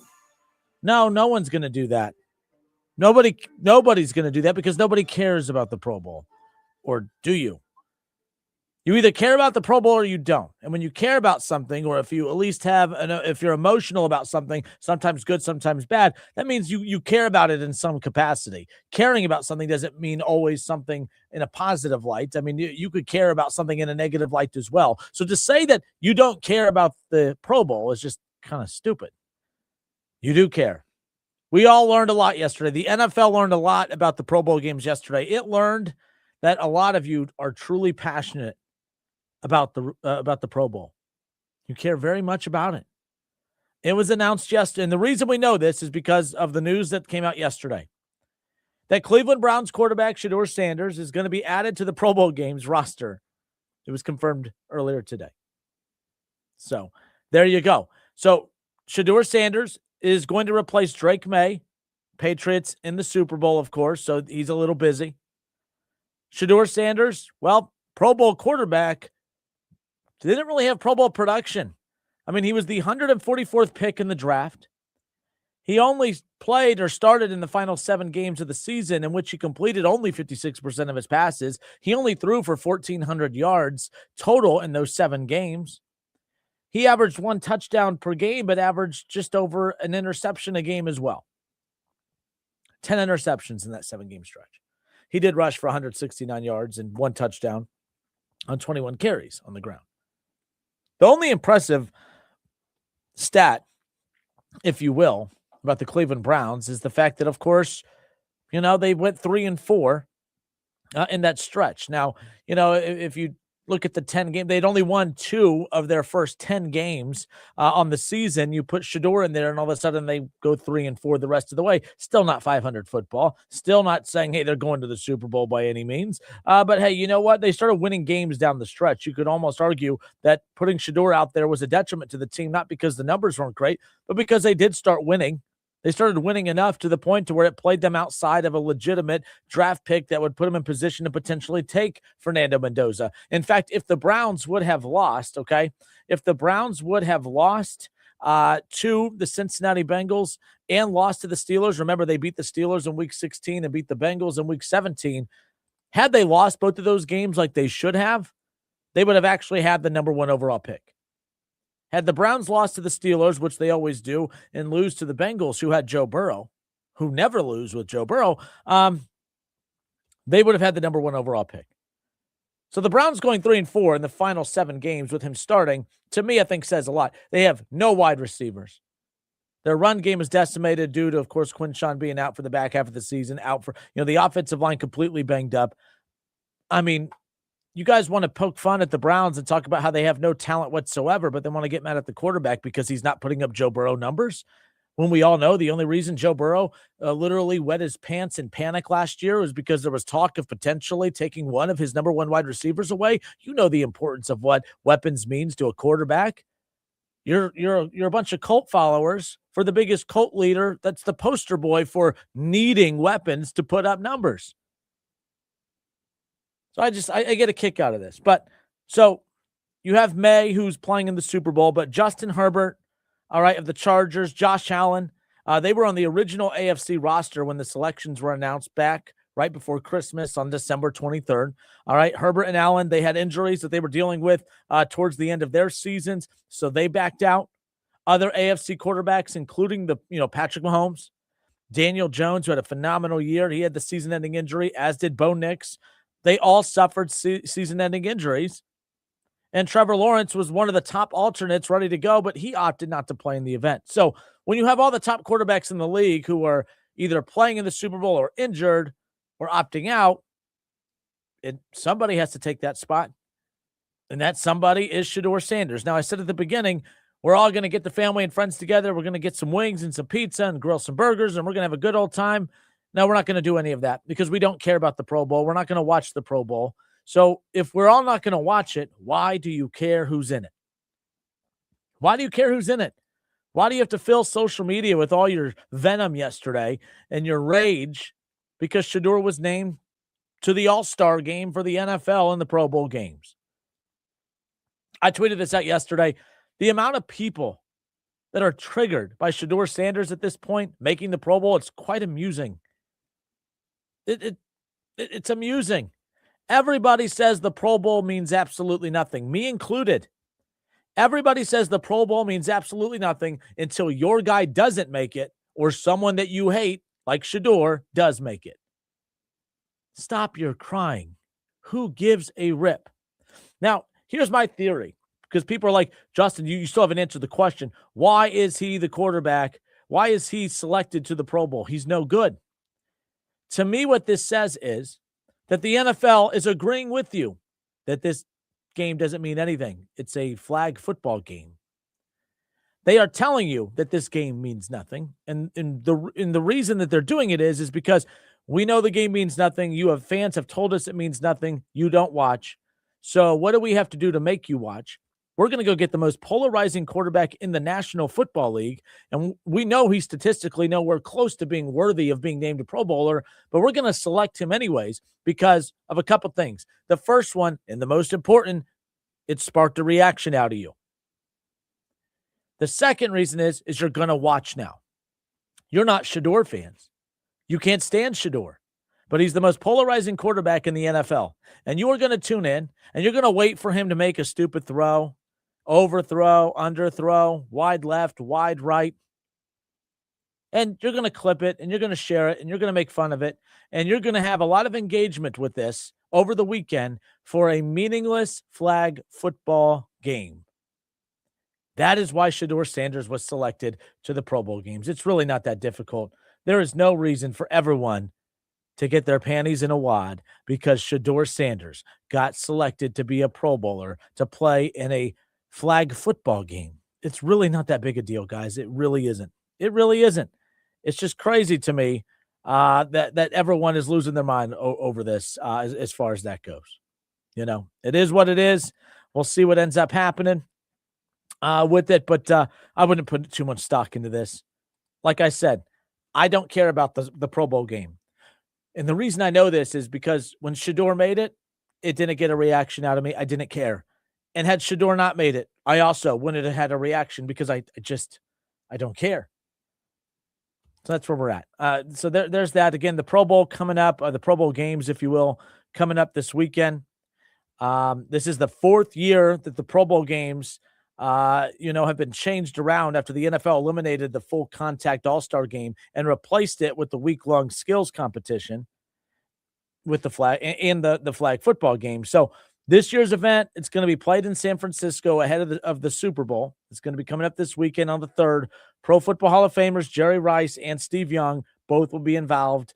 Jerry Rice will coach the NFC, Steve Young with the AFC, and they'll coach both those teams in the flag football showdown on February 3rd. There you go. But you're going to watch. I guarantee you right now that's why the NFL did this. They also know that this game doesn't mean anything. So what's the big deal in throwing Shedeur out there? Because if you throw someone out there, like if Bo Nix was healthy, and they missed the Super Bowl, of course. If Bo Nix is healthy and he's in the Pro Bowl, are you rushing to the? Are you going to be intrigued by? I wonder what Bo Nix is going to do in the Pro Bowl flag football game. No, you're a little curious about Shedeur. You're a little curious about Shedeur. So there you go. So that leads me to the next part of this. What in the world is going on in Cleveland? Why would you not want the Cleveland Browns job? I mean, they have a Pro Bowl quarterback now. You have a top 5 defense. You have 2 first-round picks, and you have an owner that'll spend money left and right, you'll never have an offseason like what the Bengals consistently go through where you're like, hey, we have a chance to win. Are they going to try and make moves to help them win? Now, again, not every move is always going to work, but I've never felt that the Haslams have never tried to make a move to help the team win, all right? This isn't the feeling as Bengals fans where we have Joe Burrow and our team still won't do anything. But there you go. But here's the thing. So I talked about this a little bit ago when it comes to the Cleveland Browns. I know some questions had come in. Ron Howard, why do names keep withdrawing from the Browns job? Is it that bad up there? Shaw even said, are the Browns ever going to be able to hire a coach? Teams that enter the carousel after them are hiring coaches. I was sitting back waiting to have a take on the Browns coaching search because I wanted to see who they ultimately got. So the Nick Schillhouse target of theirs, the passing game coordinator for the Rams. A lot of reports have come out that that's who they've wanted from the very beginning. And if they ultimately do hire him, then it makes sense why they went 3 weeks since letting go of Kevin Stefanski, why they waited so long, is because, well, he's been with the Rams. The Rams just recently got eliminated from the playoffs, all right, in the NFC Championship game. And the second that game was done, not even 24 hours later, the higher-ups and the brass were, on a plane heading to Los Angeles to go interview Schillhouse. So, to me, if the reports are accurate and that's been their guide from the very beginning, then it makes sense. The Udinsky guy, a lot of reports came out that, he pulled his name from the running for Cleveland. Why would he do that? I think that was I got to break up with you before you break up with me, because it had come out that Cleveland's number one target was Schillhouse, the passing coordinator for the Rams.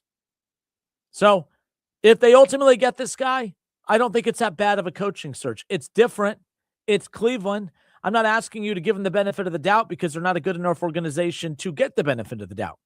But if they ultimately get the guy that they've wanted from the beginning, then I can't say that it was a bad coaching search. It's just going to be results dependent.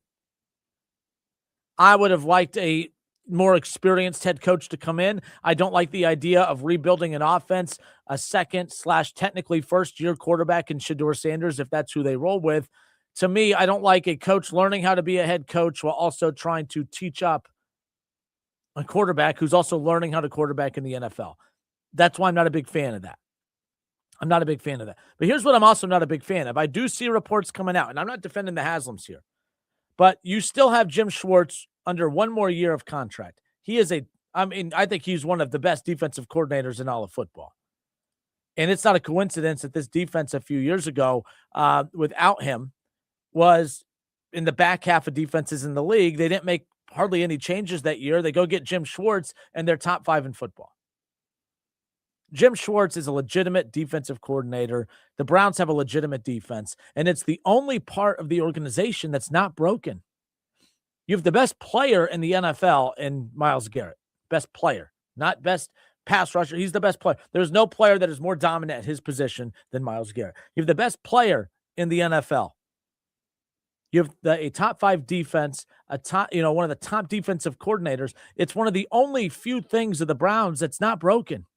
So if you are Nick Schillhouse and you're a candidate for this job and you're hesitant to take it because they're telling you who to bring in as defensive coordinator, I think that's kind of a stupid move on his part. You're learning how to become a head coach. Come in, be confident that one side of the ball is completely taken care of, and focus on what you do best, and that's resurrecting the offense. I think Nick Schillhouse is making a bad decision with this. Getting upset that the Browns might be pushing Jim Schwartz on you. I get it. It's Cleveland. They don't deserve the benefit of the doubt, but I don't think the Haslams are wrong for looking at any candidate coming in to coach his team and say, hey, I kind of want you to keep Jim Schwartz. We have him under contract for one more year anyways. Why? It's tough to find a Jim Schwartz. You have a top 5 defense. Like I said, it's the only part of the Browns that's not messed up. Why would you want to mess with it? I don't get it. I'm Justin Kinner. It's the Justin Kinner Show, 1410 ESPN Radio. I'm blown away by this, that this seems to be the number one sticking point. And the Browns are being framed to just be this absolutely god-awful situation. The Bills just did this dog and pony show head coaching search. They fire McDermott. just to give Joe Brady the head coaching job, and I don't even know what that technically does. Josh Allen in the offense was inconsistent at times in Joe Brady's offense. And you've moved on from the experienced head coach who all he does is win to give Joe Brady the job. Like you went through all of that noise and all of that mess, but they're not getting criticized. The Philadelphia Eagles, who I know have been to multiple Super Bowls in the last 4 years, but they're coming off of a season where they can't find anyone that wants to go coach their offense because of how bad it is. And that's an offense that has A.J. Brown and Devontae Smith and Jalen Hurts and Saquon Barkley. But the offense is so bad, and the optics and everything going on behind the scenes is so bad that no one wants to touch it. No one wants anything to do with it. The Raiders, okay, you basically get to go there. You get to go to L.A. You get to start over. A blank canvas. The number one overall pick, the number one quarterback coming out of the draft is yours, and they can't find someone to take the job either. And then there's Arizona, who brings nothing to the table.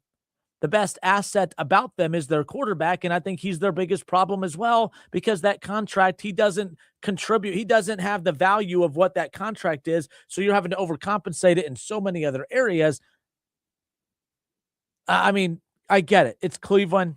They deserve to be criticized and ridiculed. It's their own doing. But the framing of Cleveland being an absolute mess when everyone else is good for the Bills, trying something different. How is it trying something different? McDermott, all he did was win. Their offense wasn't very good this year because they were absolutely decimated by injuries. And you didn't change it. You moved on from McDermott just to make the offensive coordinator the head coach of the team. And his offense is the offense that Josh Allen was so inconsistent with to begin with. I don't get it. I don't know where I'm at with the Cleveland head coaching search. I'm still sitting back and waiting to see who they ultimately get. I will say I will become very critical if Jim Schwartz ends up becoming the head coach. I like Jim Schwartz. I think it's stupid for any coach to come in to tell him he needs to go find somewhere else to be a DC. Because my thing is if you went through all of that and ended up with Jim Schwartz as your head coach, you could have saved a lot of embarrassment by just naming him the head coach right off the bat post Stefanski and then going after a young up-and-coming offensive coordinator to try to fill that void. Now when you hire Jim Schwartz, which is what I feel like is going to happen, it's not going to feel like it was a transition in the works all along. It's going to be, well, we can't find anybody else. Jimmy, job's yours. 5 candidates ahead of you, Jimmy. You know that little phone commercial? I forgot what, maybe it was Verizon. 5 callers ahead of you, Jimmy. That's how I look at it. 5 candidates ahead of you, Jimmy. Well, now it's down to 1. Now it's down to 1. But yeah, I'm going to sit back. I think Cleveland optics, not good. But this idea, you have no quarterback. You have a Pro Bowl quarterback. Don't get me wrong. But you don't know who the quarterback is. You still have the Deshaun contract looming. There's not a lot there. But like the Rams, the Raiders, the Cardinals. I'm looking at those situations. I'm like, how are those better situations in Cleveland? Even the jobs that have been taken. Cleveland's the only job that you have a guaranteed dominant side of the ball. And they're trying to go in there and tell the Haslams that, yeah, they don't want Jim Schwartz to be their defensive coordinator. That's just crazy to me. I don't get that. I don't get that. All right, it's the Justin Kinner Show, 1410 ESPN Radio.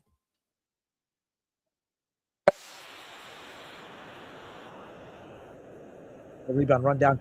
If you missed that, don't worry. Download the Justin Kinner Show. When you go to wherever you get your podcast, just search my name, Justin Kinner, and the show will pop up, and you can download and subscribe to it.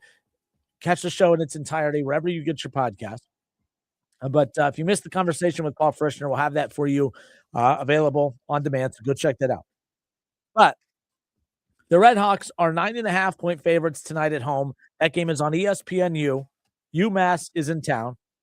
I always forget UMass left the A-10 to go to the MAC. Pretty wild. But UMass 13-8, they're 4-5 in the MAC. And Miami has a chance to go to improve to 21-0 tonight. That's on ESPNU. Miami's a 9.5-point favorite. I find them fascinating for a lot of reasons. I mean, obviously, they're the best story in college basketball. But I do want to see, Paul brings up a good point a little bit ago, Paul Frischner, about this, I said, are more mid-major teams going to follow Miami of Ohio's path And he said, no, it's going to be more high major programs looking at Miami of Ohio. If Miami of Ohio ultimately, finishes with 1 or 2 losses and gets in that large bid after playing really nobody, because we make so much about the quad 1, 2, 3, and 4 games. All right. With no quad 1 or 2 wins, and they're beating up on all 3s and 4s, it's kind of like the college football conversations that we've had in the past where, like, you're Indiana, wait, I can, play nobody in the non-con, pick up 1, maybe 2 losses in Big Ten play, make the playoffs and be in compete for a national championship, or I can challenge myself in the non-con, pick up a loss there, get 2 losses in the Big Ten schedule, and then be left out of the playoff altogether. That's going to be like one thing about college basketball that I love. I mean, for instance, if you look at Kentucky, who's a power, right? Kentucky in the non-conference, all right, they play North Carolina. They play Michigan State. They play Gonzaga. They play Indiana. They played St. John's. Like, they play Louisville. Kentucky basketball and some of these other powers might say, why are we playing Louisville out of the ACC? Why are we playing Michigan State out of the Big Ten and North Carolina out of the ACC? Why are we putting Gonzaga on the schedule? Why am I playing Indiana out of the Big Ten? We could just – I sat here and looked at it as, oh, man, mid-majors are going to follow the Red Hawks blueprint. It might be the opposite. If the Red Hawks do pick up a loss, maybe 2 the rest of the way and still get in that large bid, some of these other schools might say, yeah, I don't know. Why am I risking picking up a bunch of losses in the non-con when I can go in there pretty much as unscathed as possible and go from there? The Red Hawks are going to be a fascinating follow down the stretch to see how all this unfolds. But they're a fascinating story. 20-0, might be 21-0 after tonight. They cracked the top 25 last week, and they moved up a spot in the rankings in yesterday's most recent rankings, nonetheless. So we'll be following that later on tonight. We'll also be following Dayton. The Dayton Flyers back at home tonight after a couple of tough losses on the road against 2 of the bottom teams in the A10, or bad teams in the A10, if you will. They're coming off of an annoying loss against St. Joe's and a horrible loss against LaSalle. The at-large conversation, it's done. It's a pipe dream. This is your number 9 for Anthony Grant, and they have the same path to the NCAA tournament that Wright State does, and that's you got to win your conference tournament or else. And the same amount of time that Anthony Grant has been at UD, Wright State has the same amount of NCAA tournament appearances, and Wright State also has the same amount of NCAA tournament victories as Dayton in the Anthony Grant era. Now, I like that for Wright State. I would like more success like that. But as you always tell me, Wright State's not Dayton. I don't think you need to tell me that. I think you need to tell Dayton that, because that's not who they try to tell you that they are. Archie Miller back in town tonight. Can't wait. Going to be a fun atmosphere. I think Dayton gets back in their winning ways. I think, what are they? They're an 8.5-point favorite. I think they cover. I think Dayton's going to come out angry. They're going to, stick it to Rhode Island. Or if there's something happening behind the scenes and this team's eroding, who knows? I think Dayton wins big tonight. I think they cover and then some. I'd say 15. I think they win by 15 or more. I think they take care of business tonight and get back in their winning ways. But man, oh man. Archie Miller in 6 years, his return to the arena. He's 0-2 against Dayton since leaving. Looking for his first win against his former team. But if you think back to his 6 years as head coach, 4 NCAA tournament bids, 1 Elite 8. They won 5 tournament games in 6 years, and they had 2 A10 titles. And what do the Flyers have with Anthony Grant? 2020 and 2020 alone. It's the Justin Kinner Show, 1410 ESPN Radio. Have a good night, everybody.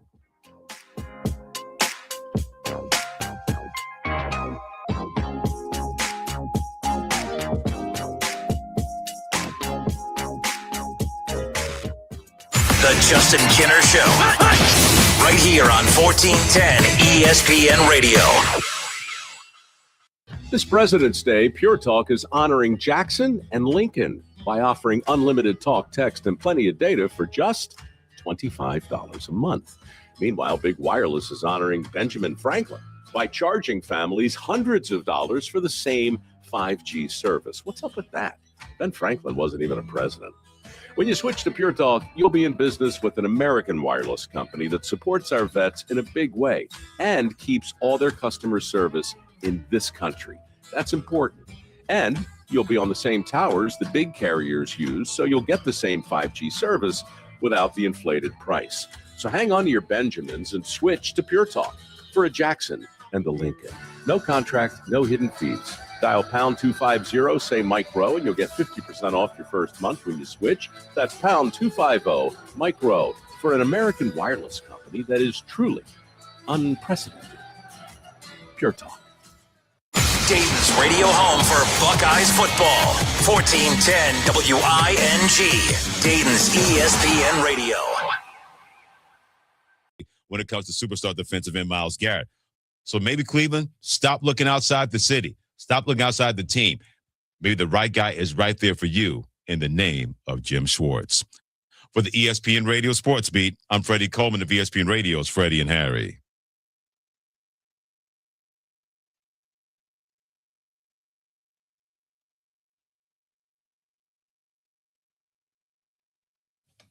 This is SportsCenter.